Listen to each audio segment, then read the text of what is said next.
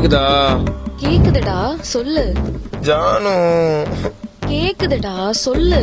எவ்வளவு நாள் தான் இப்படி போன்லயே பேசிட்டு இருக்கிறது? எனக்கு உன்னை நேர்ல பாக்கணும் போல இருக்கு. பக்கத்து ஏரியால தானே இருக்க?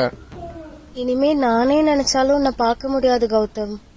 எங்க அப்பாக்கு டவுட் வந்துருச்சு.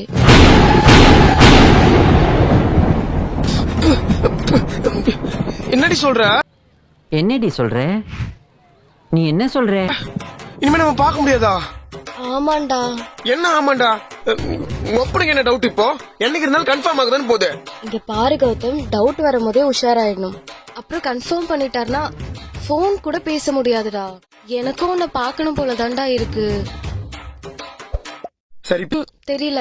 தெருமுனையில இருக்க கடைக்கு போயிட்டு வரேன்னு சொல்லிட்டு வரியா? இனிமே கடைக்கு அம்மாவை தான் அனுப்புன்னு சொல்லிட்டாரு. உங்க அம்மா அழகா தான் இருப்பாங்க, நான் உன்னதான லவ் பண்றேன். ஆ? அது ராமன் டெய்லர் கடை, பிளவுஸ் கொடுத்துட்டேன்னு சொல்லிட்டு வரியா? கடை 6 மணிக்கே க்ளோஸ். இப்ப மணி 7. அது உங்க ஒப்பனுக்கு தெரியாதுல்ல? அவரே எங்க அப்பாவோட ஃப்ரெண்டு தான். கேஞ்சிது. புரியல. உன் ஃப்ரெண்ட் மஞ்சு, அவகிட்ட நோட்ஸ் வாங்கணும்னு சொல்லு. நம்ப மாட்டாரு. ஏன்? ஏன்னா நான் அந்த அளவுக்குலாம் படிப்புல இன்ட்ரெஸ்ட் காட்ட மாட்டேன்னு அவருக்கு தெரியும். இன்னொருத்தி இருக்காடி உன் ஃப்ரெண்ட் ஹரிணி, அவளுக்கு பர்த்டேன்னு சொல்லிட்டு வா.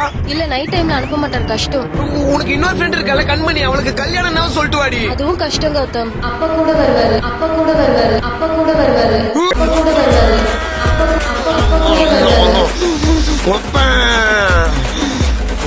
சரி சரி, அம்மா கூப்பிடுறாங்க. இன்னைக்கு என் வீட்ல பிரேயர் மீட்டிங். நான் முடிச்சிட்டு கால் பண்றேன், சரியா? Boy baby.